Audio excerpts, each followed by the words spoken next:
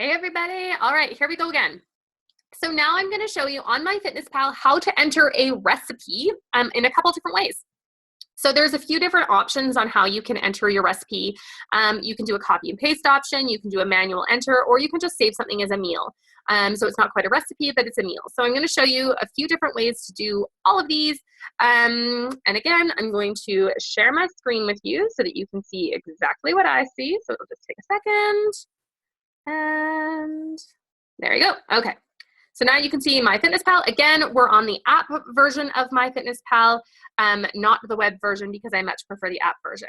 So the first thing that we're going to do is we are going to go, because this is a dinner recipe, so I'm going to go to add food at dinner. I'm going to go over to recipes, and I'm going to click on create a recipe. It will then give you two options, add from the web or enter ingredients manually. The first one that I'm going to do, I am going to enter ingredients manually because I'm going to do one of my recipes. And unfortunately, I don't have the technology yet to allow you guys to do the copy and paste version. So here is what it's going to look like. So the title of this one, what did I call this one? It was the buffalo chicken bake. Buffalo chicken bake. There we go. Serves how many people? This one, I said that it serves 6. If you feel like it serves less or more, that is fine. This can also be something that we can adjust later if we need to. So then we're going to click the little button at the top there, and we're going to add ingredient. So then we're going to look. So what I'm doing is I just have my phone here with the recipe on it, and I'm going to try to show you. So all the ingredients along the side on the recipe here, when I put them, that's what I'm going to enter is exactly the ingredients that it says. So this one says 3 to 4 chicken breasts. So I would type in chicken breast. And then I'm going to search. And then it's going to give you some options. I know personally the chicken breasts that I use are about 3.5 ounces. So I'm just going to put in, let's see, the ones here. We'll go with the Tyson chicken breast. They seem like they're a little high fat, but not terrible. So we'll do those ones. Again, this is going to be approximate. This is why sometimes when you put in a recipe, your ingredients will be a tiny bit less than mine. The chicken breasts that I buy are actually from M&M Meats, if anybody's in Canada and you know what M&M Meats is. They're really, really great quality chicken breasts, and I'm kind of a chicken breast snob. So they're a lot smaller than these, and they're really, really lean. So I always know that my chicken breasts are amazing quality. So anyways, we're going to add these ones though for now. So we're going to confirm the ingredient. Oh, sorry, I lied. Number of servings, we're going to change to, we're going to say 3 in this because these ones look like they're probably a little bigger. So 3 chicken breasts. So then we have 495 calories from them. They're 10 grams of fat, 93 protein. So then we're going to add that because we're using 3 chicken breasts in this recipe. Then we're using buffalo sauce. I know that I used Frank's Red Hot is exactly what I used. So then I know the recipe calls for 6 to 8 tablespoons. So the second one down is, oh, that's thick red hot. I don't know if that's the same. Oh, there we go. I see if you go down a little further, we'll just go to the top one, the original. Frank's Red Hot. It's 1 teaspoon is the serving size. So I'm going to look, and yes, they do have a 1 tablespoon option. So I'm just going to switch it to 1 tablespoon.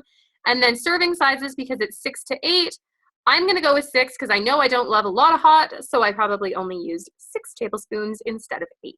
So 6 tablespoons of Frank's Red Hot. It actually has pretty much nothing in it but sodium. So then you're going to click your check mark. Okay, added that ingredient. The next ingredient is 1.5 bell peppers. So then again, you're going to type in bell pepper, search. The very top one, we'll just do bell peppers, red, generic. Sure, that's fine. It says 1/2 cup, and it asked for 1.5 total peppers. This would be probably a bit of a guess, but I'm going to say a pepper is probably about 1 cup. So I'm going to guesstimate that we're about 1.5 cups of peppers. But again, this is a guesstimate. So 1.5 cups of peppers. There we go. That's in. And then the next ingredient is 1 cup light cheddar cheese. So light cheddar cheese. If you didn't use light, you would just search regular cheddar cheese. Again, it's going to come up with a whole bunch of options. The Safeway light cheddar is the first one. I'm probably just going to pick that. My serving size, I'm looking for 1 cup. Now this one doesn't offer me 1 cup. So I'm actually going to, when something doesn't offer the right serving size and there was lots of other options, I will often go back and pick a different option instead, if that makes sense. So we'll try the Anchor-like cheddar cheese instead. It's still not offering me 1 cup. So we'll just keep going down the line. Light cheddar cheese, Still not offering. Now I could, if I was actually making this recipe, what I would probably do is just weigh it and find the ounces or grams at this point, instead of continuing to be annoyed, which I may do. Okay, we're gonna go and we're gonna guesstimate that it's about 4 ounces of cheddar cheese. There we go, we're gonna add it. So there we go, there's all of our ingredients in, and actually we're not too far off of what I put in for my nutritional value. So then you're going to, at the very top there where it has the arrow, you're gonna hit the arrow to go over, and there's your total recipe. So you have your buffalo chicken bake, make 6 servings, 157 calories, 6.3 grams of fat, 10.5 carbs, and 22.9 protein. So then you're gonna save and log it if you wanna log it right away, or you can just save it. Either way, depending if you're wanting to add it into your diary right now, or if you're making it later and you're not sure exactly how much you consumed or whatever, if you just wanted to see what this shows up as. So we'll save and log it. So we ate a full serving of this, and we're putting it into dinner. So there we go. So then it shows up on my diary for dinner. All right. So there is the manual way to enter a recipe. Now I'm going to show you the copy and paste way. So I had just gone onto a website and found a random recipe before starting this tutorial. So that's the one that I'm going to add. So again, I'm going to go to add food. I'm going to go to recipes, create a recipe, and add from the web. I have copied it already. So now I'm going to paste it into that bar up on top and hit go. The recipe was from Yumly for zucchini tots, which sound delicious. So it will bring up the recipe from most websites. Pinterest works really well for this as well. Usually, occasionally you won't get it, but for the most part it does.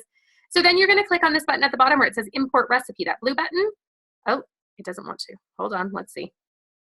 Uh-oh, did I pick a recipe that won't work? Okay, we'll try again, hold on. Now you guys are gonna have to bear with me as I find a new recipe. Now you get to come with me on a search for a new recipe. So let's go here. We'll just go to all recipes. Sorry, guys. All right. And we're going to find the very first recipe that it's going to give us. So it may not be the healthiest option, just so that you know. We're going to look at this split pea and ham soup. All right, so then when we're in a recipe, you're gonna click on that. You're going to select all and copy. Then we're gonna go back to MyFitnessPal. Sorry for going on this detour. And then you're gonna enter the recipe there, hit go again. Let's see if this one will work. There we go. Okay, so now let's try import recipe. There we go. Okay, so this one brings up all of our ingredients. So this is exactly what they're calling for in terms of ingredients for the recipe. It will also often have your actual recipe in here, but I don't really worry about that part as much. I just worry about the ingredients. So this is what it's looking for. So I'm then going to, if I make any adjustments, if I know at this point that I am not putting in that cup of chopped onion, that's like the 4th ingredient down, I would just delete it here. Because I know that I hate onion, so I'm not putting in, and I don't really hate onion, and I would put it in. But if you did, then you would, this is where you would definitely delete that part. So if you know that you're not going to add that, then you can just delete it here. And that's literally looks like just going and backspacing is what you would do. But I'm not deleting it, so I'm just gonna leave it. Then you hit your over arrow, and it's gonna match your ingredients. So it's gonna match as many of them as possible. And you're gonna just kind of lightly look at this and see if something looks totally crazy. So I already see one that looks crazy. And I'll point it out in a second. But the first one is split peas. 1 container or 2.5 cups cooked is 1,700 calories. So that's probably fairly accurate. A full container, 2.5 cups of split peas. So it's quite a lot. Water is 0 calories. That's accurate. The ham off the bone at only 22 calories is the one that I'm like, that one actually may be a little more because it's only giving you 1 ounce of that. So I would click on that ingredient, look at what it's telling you, and then I would search for an alternative. And what I would look up, I would take out the word meaty because that's probably throwing it off, and just look up ham bone. And you're gonna get a few other options here, and it really depends how large your ham bone was, how much ham is actually on it. I'm just guessing it wasn't just 1/2 ounce. I'm gonna probably go with something along the lines of, we'll do this 2 ounce one and see what that's like. Because it's mostly just for the flavor, so, and it's just an approximate. 1 cup of onion, 64 calories. Really always check your seasonings, because sometimes, oh, there is one here. If you look on the garlic, it's telling you that a quarter teaspoon of garlic powder is 331 calories. It is definitely not. So at that point, you can probably just delete that ingredient, because you're probably 1 calorie. So if you delete the ingredient, or you can go to the search bar alternative and find a different one. But that is something that I notice this will do sometimes, is it will add like 300 calories worth of spices, which is silly. You're not going to put that much garlic in. So then you have all your ingredients here. Everything looks pretty accurate. Then you're going to go over, and it's going to break down exactly what your recipe is. So it has the title of your recipe. At that point, if you want to change it, if you don't like Tacky David's split pea with ham recipe, you can change it to something else, like ham I made at Christmas, or, you know, Christina's blah, blah, blah, or whatever it is. Whatever you want to call it, you can name it something different there. It's suggesting this is 8 servings. If you then if you made the recipe and found that it was 16 servings, you can adjust the servings here, just erase 8 and put in 16 if you choose to. If you see the calories at 233 and think that's a lot of calories for a meal for you, you'd like to split it to 10 servings, then just take the 8, adjust it to 10, and then it's going to go down to 187 calories instead of the 200 and whatever it was. So that's just how you can adjust the calories manually. And then you're going to see the protein, the carbs, and the fat for that recipe. You're going to save and log it, or just save it if you're not ready to add it to your journal at that point. So that is how you create a recipe when you're doing the copy and paste version. So I'm just going to save and log it. There we go. So it'll go in my journal. It'll go for lunch, because that's where I had started. If you want to move it around, you totally can. So then if you want to find your recipes, you'll go to add food. So I'm just going to breakfast, go to recipes, and look, there's your buffalo chicken bake that you put in, and your Tacky's David split pea with ham recipe as well. So both of them are there. Now, the last way that I find it helpful to add a recipe is by adding an actual meal. So for this one, I'm going to, hold on, I'm going to do overnight oats, which I believe, no, actually, I'll do this one. Okay. So this is just the breakfast that I had yesterday. So then I'm going to call this is going to be a recipe now, that this is like some fancy egg sandwich with enchilada sauce that I've made. And I put all the ingredients in manually this time, but this is something that I often do for overnight oats, is I will create a meal with it rather than a recipe. So I'm going to show you how to do that and make it a meal. So then you're going to press these 3 little buttons at the bottom, and all these options come up, and I'm going to do save as meal. And then it's going to give me the option to name my meal. So we're going to call it fancy egg sandwich. And then it's going to have your calories, your carbs, your protein, and your fats, and everything for your fancy ham or your fancy egg sandwich. And then you're just going to click OK.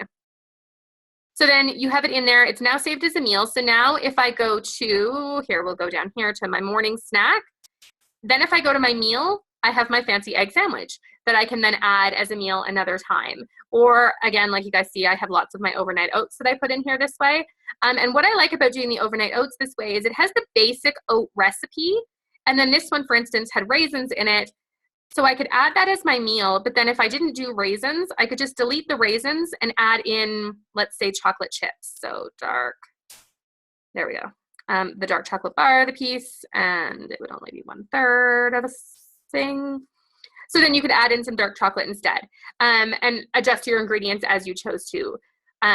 So that's one of the things I like to do with the oats, is just save them as a meal. Now I know that I eat the entire thing of oats at one sitting now. If you didn't, I would suggest putting it as a recipe so that you could adjust the serving size rather than as a meal where it's much harder to adjust the serving size, because you'd have to go into each ingredient and manually adjust the serving size, if that makes sense. All right, so that is how to create a recipe in MyFitnessPal. I hope that this was helpful and clear for you. The next one that I'm going to do, the next tutorial, is how to plan your day using macros in MyFitnessPal. So I will see you on that one. Talk to you soon. Bye.